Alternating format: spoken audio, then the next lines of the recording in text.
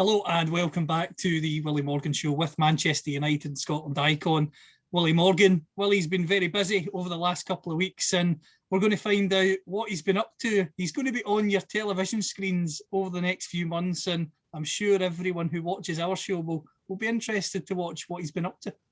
Well, yes. Nice to speak to you again, Callum. Been a little while. Yeah, we went down to London, Kay and I and my daughter Gaynor, to record Family Pointless. So Gaynor and I did the show. I don't know when it's got. Probably in the next 4 or 5 weeks it will be shown, I would think. And we did it for the Beechwood Cancer Charity that Gaynor's associated with. And also, well, I lost my car keys. You know, anyone listening there know what? I played golf on Saturday in the comp, come off the golf course, went in the golf bag to get my car keys. No, I lost them. They've fallen out on the golf course. Searched it everywhere, and we've been getting new keys cut, doing all sorts of things. Anyway, today, it's actually a friend of mine, a good friend of mine, found them today. So I'm chuffed. I'm chuffed about that. And also, as you know, on the 24th of this month, I'm doing the Q&A. I don't do dinners. You know that. I've never done dinners. But it's for my friend John McLaughlin, and so we're at the Hilton in Reading, and I've got all the guys apparently from NG Bailey's. We've taken, I think it's sold out, and they've taken everything. So, and I believe that most of them are Scottish. So it's going to be an interesting Q&A, Callum. I'll let you know how we go on anyway. And other than that, I nearly got shot the day after the last time we spoke, you know. And not only that, I spoke to Mathis on his birthday, the 30th, obviously. And I said the 29th. Anyway, my apologies, Mr. Mathis. I know you listen. So, yeah, it was the 30th, his birthday, that September. So, anyway. And other than that, not a lot, just golf. Just golf and trying to keep out of trouble. If only the Manchester United team could keep out of trouble at the moment. The game against Liverpool, we talked about the build-up to that game, how much it means to the supporters, the fact that United were at home could help them. The full-time score, as you know, United 0, Liverpool 5. How do you say that? How do you sum it up? Wait a minute, McFadden, you said you wouldn't mention that. You're going to put me on the road to drink again. So, no, yeah. God, we went into hiding. I went into hiding for 3 or 4 days.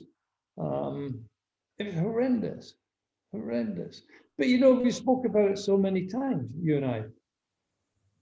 Keep saying, and I'll keep saying, the guys that got him the job will get him the sack because they're still there. He's got to get rid of them. And I hope it's true. The good news is that Pogba will be leaving at the end of his contract at the end of the season, apparently. It's great news. I hope his agent doesn't let me down again. Terrible, that man. Keeps promising to take him away.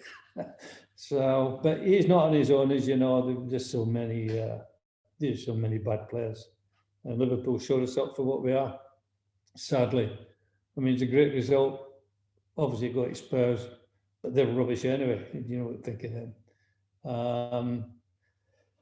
He just, he really has to get rid of the rubbish. He's got to get rid of them. And just on Pogba, you mentioned that he will leave at the end of his contract for free, which is expected. Would you go as far as saying, look, he clearly doesn't want to be there, come January the 1st, would you just let him go for free anyway to another club just to get him off the books and free up the wages? No, I wouldn't let him go. I would pay him to go. And I'll gladly chip in for his fare anywhere he wants to go. Just go. Now you get rid of him. You know, they had a chance last year, as you know. I can't PSG or something. They're going to pay 125 million for this geezer. His feet would have touched the ground, and now he's going away for nothing. It's ridiculous. It's crazy. It's just bad business. Absolutely horrendous. Whoever is in charge down there now, and I don't know who is, the financial debt. It's dreadful business. So now I'd let them go right away. You know, I wouldn't have them anywhere near, because it affects everyone having a player there who obviously doesn't want to be there. But that's not the reason that he's not playing well. He's just not good enough. He's an average player. So no, the sooner the better. And you know, we say, I don't know if Ole's got any say in who goes, who to buy. I really don't know. But I hope he doesn't have a say, because it will speak for you, because the lad, he must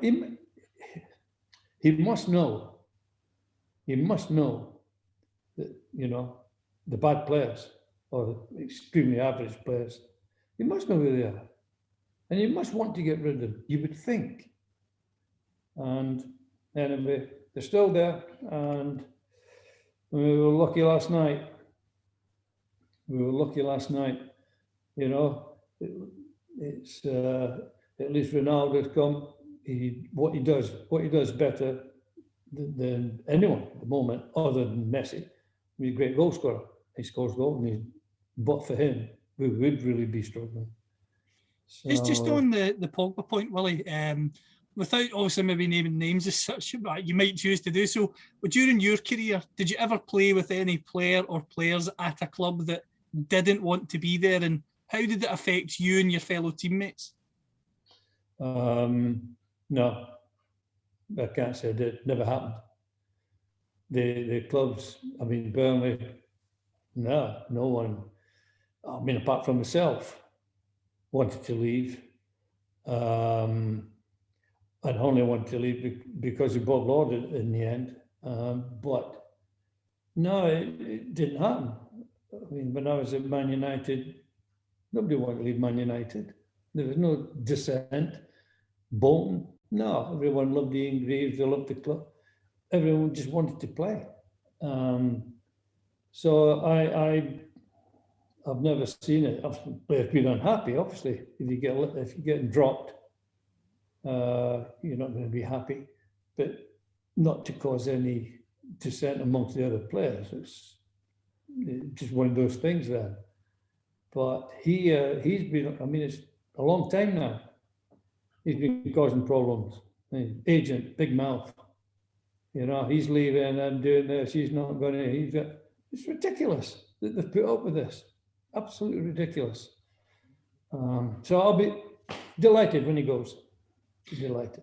After the Liverpool game, obviously, where the club loses 5-0 to the biggest rivals, if you were making the decisions, would you have changed manager at that point? No. Again, you know, keep saying, if Ole, if he is in charge of transfers in and out, yeah, he would have gone. It can't be, because it can't be thick. It can't be that thick to know that the reason he got the job, keep saying, is because of the players. They're not good enough. And they're still there. And they're still playing. So if he is in charge of all of that, yeah, I'd have got rid of him. But I like him as well. I like him as a person. Trying to do the right thing, but is he strong enough? I really don't know, Callum, without being in the dressing room. I'd only need to be in the dressing room once and I could tell you exactly who's doing what and who's not and how much say he has. Very difficult. People earning the money that they're earning, they don't care anyway. Just go somewhere else and get it. Mind you, a lot of them won't get it. That's probably why they can't get rid of them. They're paying them too much, nobody else will take them. So we'll see what's going to happen. I hope they stand by him and give him a chance. You look at all the other managers. I mean, Conte, he's just gone to Spurs. To Tottenham, yeah. Yeah. Okay, he's been sacked where he's been before. So what makes him going to do any different? They've all been sacked somewhere. Solskjaer hasn't. He's one of the lads that's not been sacked. I mean, he's still young, obviously. But all these managers that keep talking about, they all had a sack. So what makes them, what makes people think that they're going to do a great job for them? Do you understand that? I don't understand that, sir. Because if I owned a football club, I was in charge of that, and the guy gets sacked, manager Halifax got sacked, and here in Man United, we'll take him and see if he can do anything for us. Well, no, you wouldn't do that in a million years, because it's ludicrous. But so I really don't know what that's about. I don't want to ever watch a game like that again. It was heartbreaking, absolutely heartbreaking. My God. You mentioned Conte. He was considered to be the favourite to replace Ole if a change was made. ESPN are now reporting this week that the favourite is Brendan Rodgers of Leicester. Obviously, he was at Celtic before. Do you think he could take United further on, or would you avoid that one? I wouldn't touch him with a barge pole. Not my cup of tea, Brendan Rodgers. But he did at Celtic. Nah, not for me. Not for me. Don't want to know. It will be interesting to see what would come of that in the future. But as you say, Ollie's in charge and certainly behind him at the moment. And he wins at Tottenham, who obviously sacked their manager Nuno after the game to replace him with Conte. What did you make of the Tottenham game? He changed to a 5 at the back.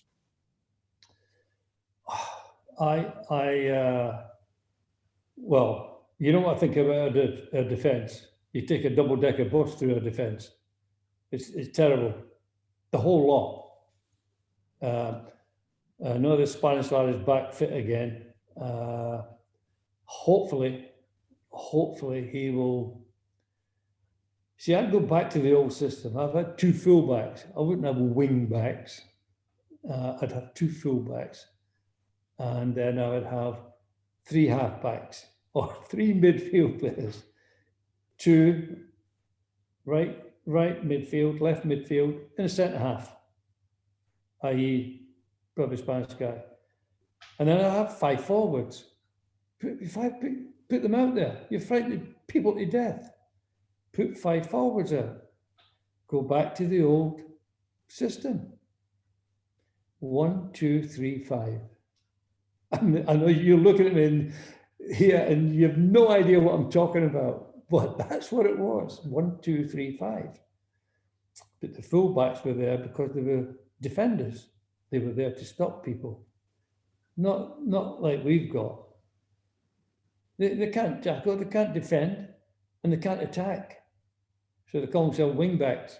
Okay, well, good luck to them. Get away with it. It's fantastic. But anyone attacks them, they go past them. They just open their defence up. So 5 at the back.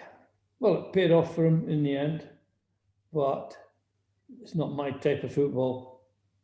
Man United are, born and bred on attacking football, and that's what I hope.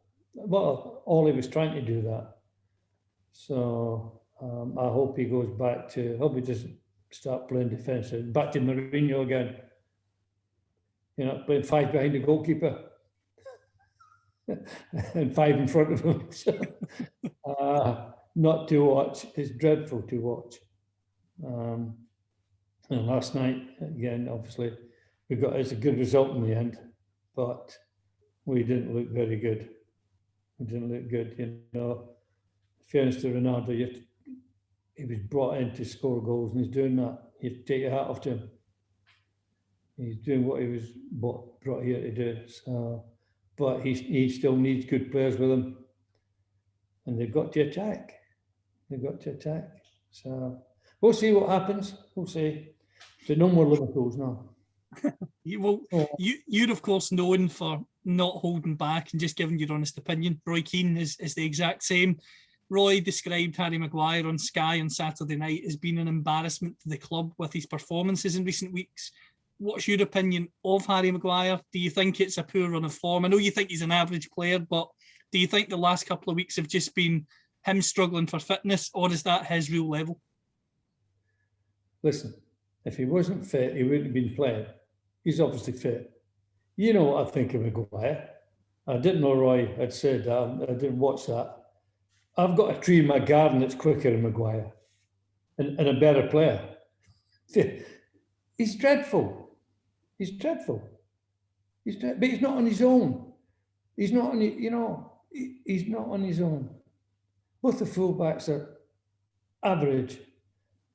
And I say I can only hope, or we can only hope, that the Spanish lad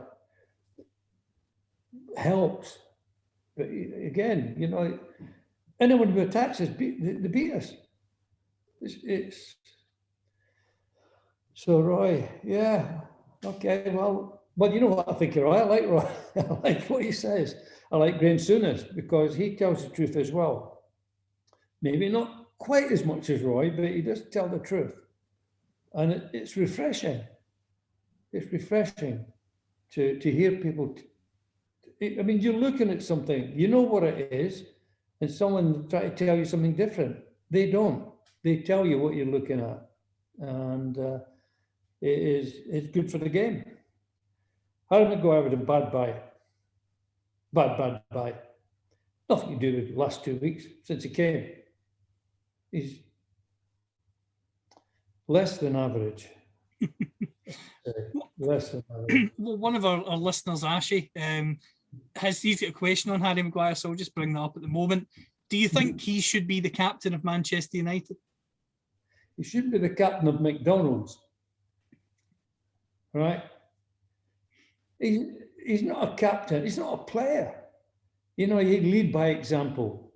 What a captain does. That's why you captain, because normally you lead by example. Well,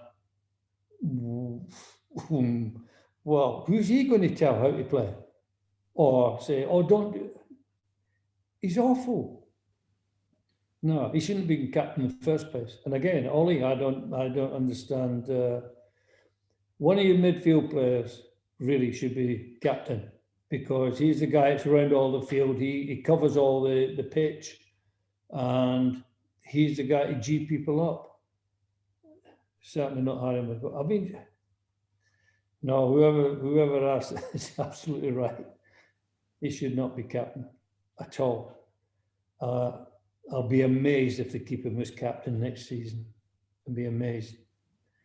So we'll see. I don't know if Ollie listens to the show. I hope you do, pal. And I hope you pull your finger out and get rid of what we've been talking about. We've not even mentioned the worst player yet, Matic. Oh, God. He makes Harry Maguire look like Pele. So, no, I know we're laughing and think, but it's crazy that they're still there. Crazy. Mate, he's a non-player. It's heartbreaking though. You're looking at, and it is the biggest club in the world. And it's like, I don't know. It's like a Christmas cracker, opening the Christmas cracker up and wondering what's going to come out. And normally it's rubbish. And that's what's happening. And that's what's happening every week. So he's got to change something. But I hope he keeps his job. I hope he keeps his job. But we'll see. I'll say it's not obviously not down to me, but I hope he does. You mentioned Ronaldo being brought in to score goals. He scored or assisted half of United's total goals for the full season. As someone like yourself who was an out-and-out winger, is he the sort of dream centre forward in the sense that no matter where you put that ball in the box, more often than not, he'll get on the end of it? He wouldn't, yeah, no, but I'd find him. That's the difference. He wouldn't have to go looking for it. I would find him. If I was playing on the wing today with him up centre forward, he'd score 100 goals a season. Believe me. He'd had ammunition coming at him all day long. All day long. So, no, he great. Like players I played, Andy Lockhead. Andy was saying brilliant up front. And you could find it, he'd make a run, you put the ball in his head. Even Bestie was brilliant at that, scored a few goals to his head from crosses. I don't know what he's going to do. And he'll make the run, I'll just put the ball where he's. But we don't, we've got a winger, but he's not playing. I don't understand what's happening with Sancho. I don't know what the situation is. But for me, I would play 5 up front if I could, but I'd certainly play 4 up front, and then just let your wingers drop back in to help your midfield players. The 2 wingers just drop in to help. You don't have to play midfield; you just have to drop in. And I don't know. I mean, the bottom is a right winger. I presume I've not seen him. I've not seen anything of him, so I don't know what type of winger he is, but he does go to byline or tries to go to the byline, which I hope he does. And I hope he plays. So I just want them to attack, and I want to create the chances. They've got Ronaldo there now at the moment. He'll score goals if you get the ball to him in the box. He'll score goals. And that's what we've been crying out for. We don't have a natural goal scorer. For a long time. I think Van Nistelrooy was the last one, and Mark Hughes, they're great goal scorers, but they were centre forwards. So we'll see what you never know what he's going to do. Keep looking at the team sheet and think, please don't play Martial, please don't play Fred, please don't play Matic, please don't play Pogba, please don't play Maguire. All you can do. So, okay, so we're going through a little bit of a spell, but I hope he comes good. This is the last. At least it wasn't Crystal Palace, right? Well, it wasn't Crystal Palace. Come on, or Brighton. Last time I'll mention the Liverpool game is now. Obviously, they hammered United at home. United play Manchester City this weekend. Are you worried that if they turn up, it could be a similar result? I don't know. Did you watch the Crystal Palace game? I did. Yes, you had. I don't think I'd be worrying about Man City. No, not at all. I think we can beat them, even as bad as we are. I obviously like the manager. Who wouldn't like the manager? And sadly, I like Klopp as well. I think he's a class act. I do. I think he's a class act. He reminds me as a manager, not a coach. Anyway, I mean, all they've got to do before the match, if they want, play the match. Man City, Crystal Palace, play the match for them. So there you go. Just watch what Crystal Palace have done. And get out there and do it. I'm not frightened. No, I'm not frightened of a result like that. Not at all. So, because again, if you attack City, you'll score goals. What he's got, his defenders are people who play with the ball when they've got possession. Can't defend. Stones. Dear. That'd be a nice pair. Stones and Maguire. Wow. I hope England pick them. Sorry for all my English listeners and viewers. Yeah, we'll see. Hey, all we can do is wait and see. I don't think it's as bad as we think. Well, let's hope it won't be certainly as bad as that Liverpool game, but hopefully a positive result as well. We've got plenty of questions from our listeners. We've mentioned Pogba already, but I'll bring him back up again. As Matt United 20 has got in touch to say, "Hi Willie and Callum, hope you're both well. If you were in charge, would you play Pogba for United again, Willie? Never. While he's at the club?" Never. The 3-match ban's a bonus. That's a bonus. And then just keep him on the sidelines. I wouldn't even have him on the bench. Just get rid of him. That's what I think. That's what I would certainly do if I was there. No. He's never done it, he never will. He's one of them talking horses, you know. I think I agree with you in the sense that if he's obviously not signing this new contract. I know you'll be unhappy he got offered a new contract, but the fact he's been offered that he's turned it down, I think when someone doesn't want to be there, as we've talked about earlier, I think you just have to move them on at the quickest opportunity because it'll only fester in the dressing room. Without a doubt. I've told you, for me, I think he's a bad influence in the dressing room. Because of the way he acts, because of the way his agent's always spouting off in the newspapers. Dreadful. It's dreadful. So if I was a manager, he wouldn't be anywhere near my team anyway, at all.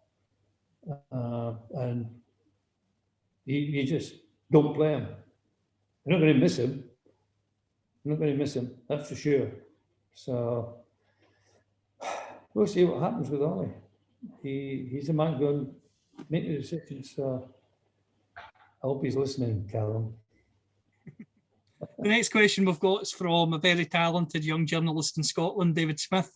David gets in touch to ask, how important is it that United don't just rely on Ronaldo? Well, obviously, you need other players, obviously. But the problem is, he doesn't know his best 11. He's chopping and changing, in, out, thing.